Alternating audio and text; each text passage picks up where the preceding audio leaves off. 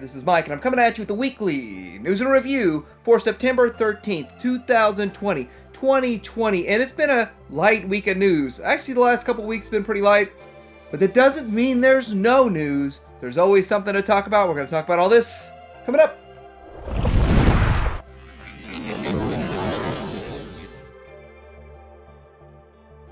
So I do usually talk about Show Z and the deals that you can get there, but not much has changed, not much is new there. Over at BBTS, they did get in another shipment of this Voltron. No, it's not the Lion Voltron, sorry, but it's the SOC version of the vehicle Voltron. It's a little more expensive than last time, but it's $360, and truthfully, I don't know how long it's been in stock, but I was surprised to see it back in stock. Over at TF Source, we got pre-orders for the Siege Omega Supreme, and that's going to be the normal price of the $159.99. And if you missed out on it the first go around, you can get it this go around. I didn't see it at Ollie's. And then you can also get the Siege Jetfire Skyfire for the $79.99, and it's getting a reissue. I know this thing did get pricey for a while, and it's a great figure. I'm really surprised how good this turned out. The Commander class, I like the Commander class, but I kind of wished it was at the Leader class price point. If you guys see any good bargains or deals, please let me know in the comments below, because I really do want to know. So getting into some Masterpiece news, we do have this Planet X Shockwave, and it looks pretty good. It's a bit stylized, kind of like what Lemon Tree's doing. Now, I'm not really sure why so many companies are giving the character Shockwave so much love, but they are, and so let's just enjoy it. He does have some canon add-on upgrades to make it look super awesome with... I'm guessing it's going to come with its own blast effects also. I'm kind of curious there'll be some electronics with that clear blast effect. Wouldn't it look good with a little bit of light behind it? And there's the alt mode, kind of a cool spaceship, and you can plug in the blast effect into it also. Looks pretty cool, works. Kind of feels like something that Hasbro already made though. So Toy World is getting into their repaint, recolor of their Freedom Leader, and so the Tactics Waistcoat, the Commander of Tactical Operations, and it's a 12-inch robot. The thing is that this is, of course, their Nemesis Prime, and it's a recolor and a reuse of that mold. Now, I hear that that mold is good, but has a couple of minor issues. I don't know 100%, I haven't had my hands on it yet, but I think it looks good. But all of these reissues, all these repaints are just straight repaints.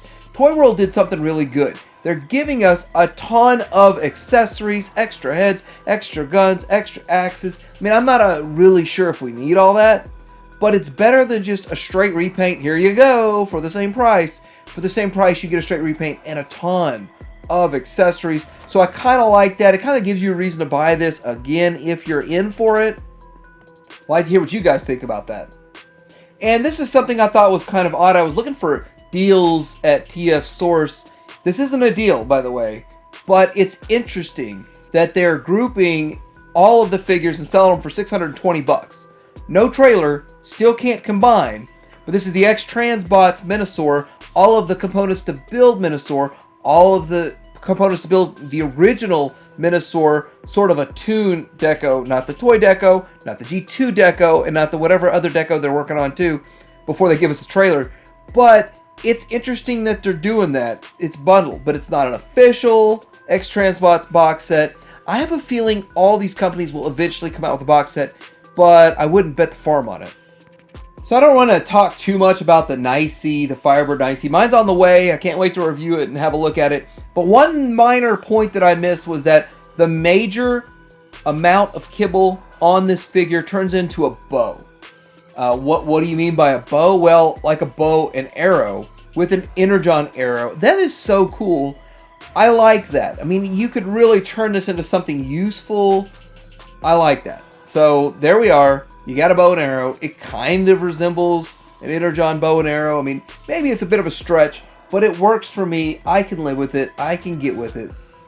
And also, this is how she sort of looks kibbleless. I mean, it's pretty good. I don't know why they didn't go the extra distance to get rid of those extra two pieces hanging off there, but whatever. It is what it is. That's how it is, and we'll have to deal with it. But I think overall it's a cool looking figure, and I can't wait to get my hands on it. Yeah, I said Masterpiece news is light. I wasn't joking. I really wasn't. But getting into some Legends, and Legends Plus, Jinbao is doing the Legends Plus of the New Age figures. So that's what I'm understanding it's based on the New Age figures. And if it comes in a box set of all three, and it's reasonably priced, I might be in on this. Because I didn't want to spend a whole lot of money to replace my figures and then be too small. And watching this, I understand that everyone says New Age was way better than what Magic Square did. So with the Jinbao KO Oversize, I like what they do. I'm starting to wonder though, New Age nails paint and all of this stuff, the build quality, could Jinbao match it? If so, this would definitely be an excellent set for me because I live on the plus side. But see, New Age wants to be absolutely clear about one thing, and they're going to make every single figure they make clear. That's clear. So we're getting a clear Soundwave. I'm not surprised. What I think's coolest about this is how they make the transparent cassettes. That is really cool. I don't know. I might want to get a clear Soundwave with the clear cassettes. This does look kind of cool. It does look super G1 with the colors of it, and then with the clear, sorta doesn't really make sense for this character, but I like it. And did I mention they're making a gold one? Yeah, they are making a gold one. Okay, so we have an upgrade kit here, and I'm not really sure why this picture came so blurry, but whatever. It's supposed to be for, I believe it's the Studio Series Sentinel Prime. It's the 115 Utopia upgrade kit. And the thing is, I had to get all this stuff off my phone, and I can't do squat on my phone, but whatever. This is what it looks like, upgraded and everything. Man, I'm sorry about the pictures. But anyhow, it's kind of cool that we get upgrade kits, but see, every time an upgrade kit comes out, I start to wonder, how come Hasbro didn't take care of business the first go around? But I do like the Sentinel Prime character, one of the handful of movie characters that I have and like, so an upgrade kit would be awesome. So we got more comparison pictures of, this is supposed to be the Takara Tommy Mall version of Optimus Prime for the War for Cybertron Siege, whatever. This is actually Earthrise though, War for Cybertron. So I mean, I'm a little confused on a lot of this stuff, what they're saying, but it's the Takara version. Now, I thought we got away from all the Takara recolors and all that stuff, and it looks like it's starting to creep its way back in. It's looking like we're getting a multitude of recolors. I don't like all the recolors, by the way. I mean, a figure should be a figure and then move on to another figure. If you're going to completely recolor it for a different character, it's one thing, but to have now a third repaint of the same Optimus Prime mold, I don't like that. But anyway, looking at it, I still like the original US release one better. I like the blue windshield, kind of because maybe it's just Takara did that to me with the Masterpiece line, but I love it, and that figure looks good. I don't know if I like what Takara's doing with the darker blues and the silver chest. But anyway, they're redoing a redeco of their version of Wheeljack, but I think it's a brighter white. So now I feel a little cheated because I would have liked the brighter white over my US release. So, I mean, it's kind of a pick and choose. So one's better, one's worse.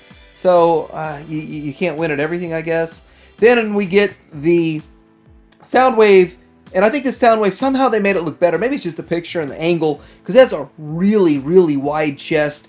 But the Takara Tommy Mall version looks a little bit better, in my opinion. Maybe it's just a brighter blue, or the way the blue is. Or maybe it's even a darker blue. But for some reason, it's looking better than the US release version. And then there's supposed to be something different with this laser beak head. It's supposed to be different than what the other one that's going to get released for, I guess, the Walmart exclusive. So I didn't dig too deep to try to find comparisons, but looking at it, it does look strikingly good. Also, with Ravage, Ravage's head is different, and I don't know if it's better than the other one, but it's definitely different. So those are some of the upgrades and the difference between the Takara Tommy Mall version and the US releases. So we're supposed to be getting a 10th anniversary Generation Selects Transformers Prime Viacon.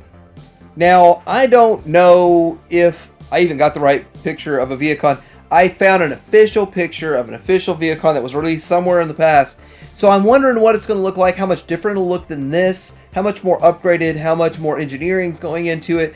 Kind of interesting. I really want to see what they're going to do with Prime. I think Prime figures match the cartoon a whole lot better than G1 figures match the G1 cartoon. So we're starting to get into sort of that territory when they remake these figures 10 years later. How much better will they be than the original figures they put out? I'm sure they'll be better, but I'm curious how much better. And another generation selects we're getting. So everyone was wrong, including me. I actually just reported what was told to me about a G2 version of this thing, this Dinobot combiner. And I was wrong because everybody was wrong. It's not even a G2. It's just a more G1 tune colored accurate version of the Dinobot combiner team. And I don't see how it's any more tune accurate than what I've already got, but it's cool. But for $210, I don't know if it's worth the $210, seeing as how a lot of these figures have gone on sale. Most collectors already have them for way, way cheaper than that. So, but $210, that's what it's going for now. So you're going to be able to get 2 extra giant swords and an upgraded fists and upgraded feet. So it is going to be an improvement. It's going to be better, but I personally don't display mine in a combined mode. I actually look at it as just a set of Dinobots that I wish they wouldn't combine, and I wish they would have gotten rid of the combining features and made them look more accurate in the Dinobot and the robot mode. So starting to wonder, will in Earthrise or in Kingdom or in whatever, will we actually get a different set of Dinobots? I mean, I'm not ruling it out, but seeing as that they're making a big deal about this, maybe they won't do any more Dinobots ever again. And another specialty kind of thing that we're getting is a Diaclone DA65 Battle Convoy. And this is an interesting concept. This came out of left field and really took me by surprise. But when you think about it, Diaclone is where Transformers started. And Diaclone and then Cassette Man. There's a whole lot of different things that were going on back in the day. Then they compiled all that stuff into one Transformers that was brought to the US. But Diaclone was a huge, huge aspect, a big chunk of the characters brought over here. And it was a whole different toy line than the other toy lines that were meshed together. Now, it's going to come with the little figures, little characters. None of them are like Spike or anything like that. So I'm kind of curious about how they pick the characters and how many figures will come with it. But it is cool in a way, if this is something you're in for. If you are one of those that track down Diaclone versions of the G1 Transformers, this might be right up your alley. And even if you don't care about Diaclone, it is pretty cool how it has all of this interconnectivity and all of the different things that you can do. It can transform from one big unit into some smaller units, and then looks like an airplane kind of, I don't know what you call that kind of airplane, but the figures do fit inside and all of that. And this is just kind of interesting. It's kind of cool. It's kind of a one-off kind of item. We've also got some pictures of this little guy here, Bug Bite, right along with Bumblebee, right along with Cliff Jumper, and we got a whole lot of pictures. But what I think is really cool is seeing the 3 of these together, seeing the different feet and how Bumblebee's feet are so much smaller. And I really think out of all 3 of these, Bumblebee looks the best because of the smaller feet, and it still kind of carries over all of the engineering, more or less, that the other 2 have, but I think Bumblebee looks pretty good. I look forward to that figure. Again, here we go in the alt mode, and again, I didn't really care for the Cliff Jumper at first. It's warming up to me or on me or whatever, but they look good. They look good as a team. We are getting the second one, the Runamuck, Runabout, and Runamuck, so we're going to have both of them now coming soon to a somewhere near you. Anyway, they do look good. It's exactly what I expected. I can't really tell, but it really looks like a different head, like a completely different head. And I don't know what else they would have changed on it, but just pretty much a recolor of the same figure. I will have to put this down as the best improvement over G1 figure, not because these figures are amazing. It's because the G1s were just so bad. But the biggest improvement over them. Now the car mode still looks great, and I'm curious to see if the car mode is the same size as the G1s, because my bet is they're almost exactly the same size. So we've got some Shatterglass versions of Ratchet and Optimus Prime, And this is an exclusive. It's up for pre-order. You can get it at multiple places. Pretty much any place on the internet that sells Hasbro sells this. And it's interesting because we get a recolor of Optimus Prime in the Earthrise mold, and you get the Ratchet.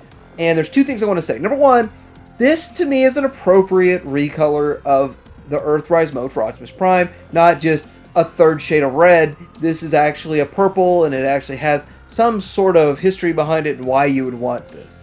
Also, with the Ratchet, I think that mold actually does Ratchet better, does it justice better than the Ironhide, and I always feel that way, and that's just a me thing, I guess. So this set actually looks like a pretty good set. If you're wondering what the alt modes look like, this is what they look like, and I do prefer the look of this Ratchet and the Ironhide, of course, in the alt mode to the Siege. Now, I do have the Siege, but my problem is that the Siege one looks kind of weird, and this looks more like what I expect. But then again, Siege wasn't going for Earth, it was going for Cybertronian mode, and we can kind of get into that back and forth some other time. And we're going to see this IDW comic coming out to sort of promote Gigawatt in a way. And this is a cover, and you'll see the alternate cover in a second here. But looking at this, you see Megatron, you see Soundwave, and you see Frenzy next to Doc Brown and Marty. Marty, what's going on? It's kind of interesting how this whole franchise is intertwined. They even show the clock tower on it. So that's kind of cool. But I like this cover too. I mean, this is pretty straightforward. This is the Gigawatt. This is the $600 or $700 figure now that you're going to get for $30 because you waited. Because you didn't spend $600 or $700. I mean, who spent $600 or $700 on this thing? I don't know. But yeah, this will be available widely for probably around the $30 mark, I think. And the funny thing is that you're still able to get the Ectotron. It's still another run of Ectotron out there, meaning the Ghostbusters version of crossover. I can't imagine this thing's going to be hard to get. So, better news from last week. I kind of missed this. I don't know how I missed this. Literally, I was reading it Sunday afternoon. Like, how did I miss this? But they're making an arc. It's all classified as rumors and all this stuff, but I bet you they're making an arc. I mean, I don't see why they wouldn't, and it's supposed to be along the lines of Titan class. And if this is the next Titan class project, and it's going to be $160, you get a gigantic arc, wouldn't that be cool? And like, what scale of figure would fit in it? How would it work? How would it incorporate? There has to be some sort of transforming gimmick in it somehow. I don't feel like we need a transforming gimmick with an arc, but on the other hand, how well would it sell? Would everybody want an arc if you could just fit Deluxe or Voyager? I mean, you have to fit Voyager in it, right? I'm curious how the whole thing works, how it's set up, or is this the biggest scam of 2020?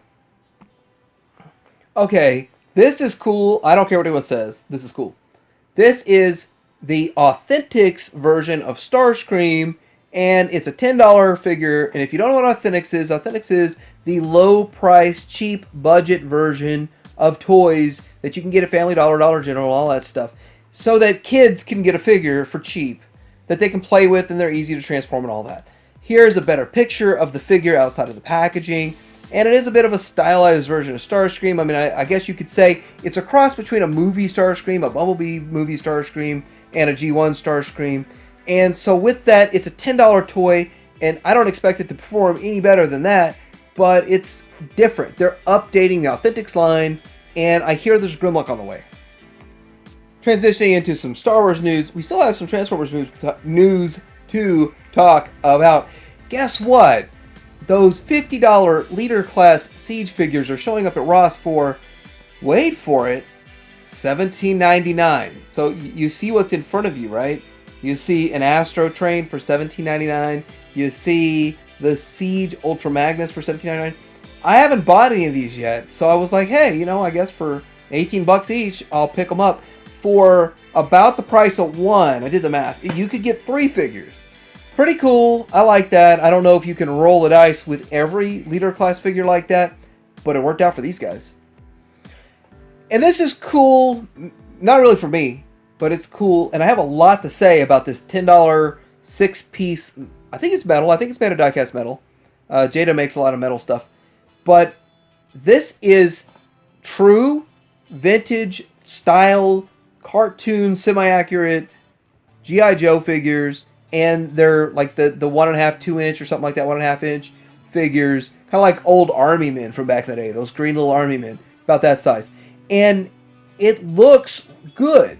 They nailed the look. And I'm starting to wonder, why didn't G.I. Joe Classified nail the look? Why are Joe collectors having to jump through hoops, buy figures that don't match what they really want, just for a year, 2 years, 3 years, who knows when, down the road, to get a classic version of the classified figures that they really want? A Storm Shadow they really want. A Duke they really want. A Cobra Commander that looks correct. I mean, Destro's pretty close. But when you look at all this, Jada got it right on a $10 set right out the gate. Hasbro is stringing you along. So for Star Wars news, we've got some interesting pictures of this set. This whole carbon freezing chamber, $50 a set. Now, I think they were on sale for like $35 already. Like initially, pop up with pre-orders on sale for $35 at GameStop. So you could get 2 for $70 or something like that. I don't think that's quite cheap enough for me, but here's what I was saying about the set. It's not very big. It's kind of bare bones. But if you illuminate it correctly, you can make it look pretty amazing. And I have to admit, these pictures look good. But you have to have the right lighting and the right illumination to make it look like it's the scene that you want. But aside from this one feature of lighting it up like that, it's a little bit disappointing after that. So it looks like the next wave is starting to show up of the vintage collection of Star Wars. So it looks like you got Hondo, Chirrut, another clone, and a Luke. And so that's pretty cool. It looks pretty good. I'd say this wave is okay. A lot better than some of the other ones, and way better than all those reissue waves. Here's a little bit closer look at this ARC Trooper 5s coming up. And it looks pretty good. I'm sure that this figure does the character justice. Look at all those guns and weapons. It just seems like these clone troopers get a ton of weapons and accessories, and that's pretty awesome. Look at all the little Black Series here. There's supposed to be a Black Series Holiday Trooper. I have absolutely no idea what a Holiday Trooper is going to look like or why they would need to make it, but hey, I mean, they make a red one. Are they going to make a green one? So we got another picture, or I got a bunch of pictures, but this is, to me, is the best one of Darth Nihilus. Now, again, I don't have a whole lot of background on this character, but still a pretty cool looking character. It looks like a Darth Maul with a bit of a different face paint, a little bit different going on, but overall, a cool character, and I guess we need more Siths. Now we do have one of those repack waves showing up if that's something you want.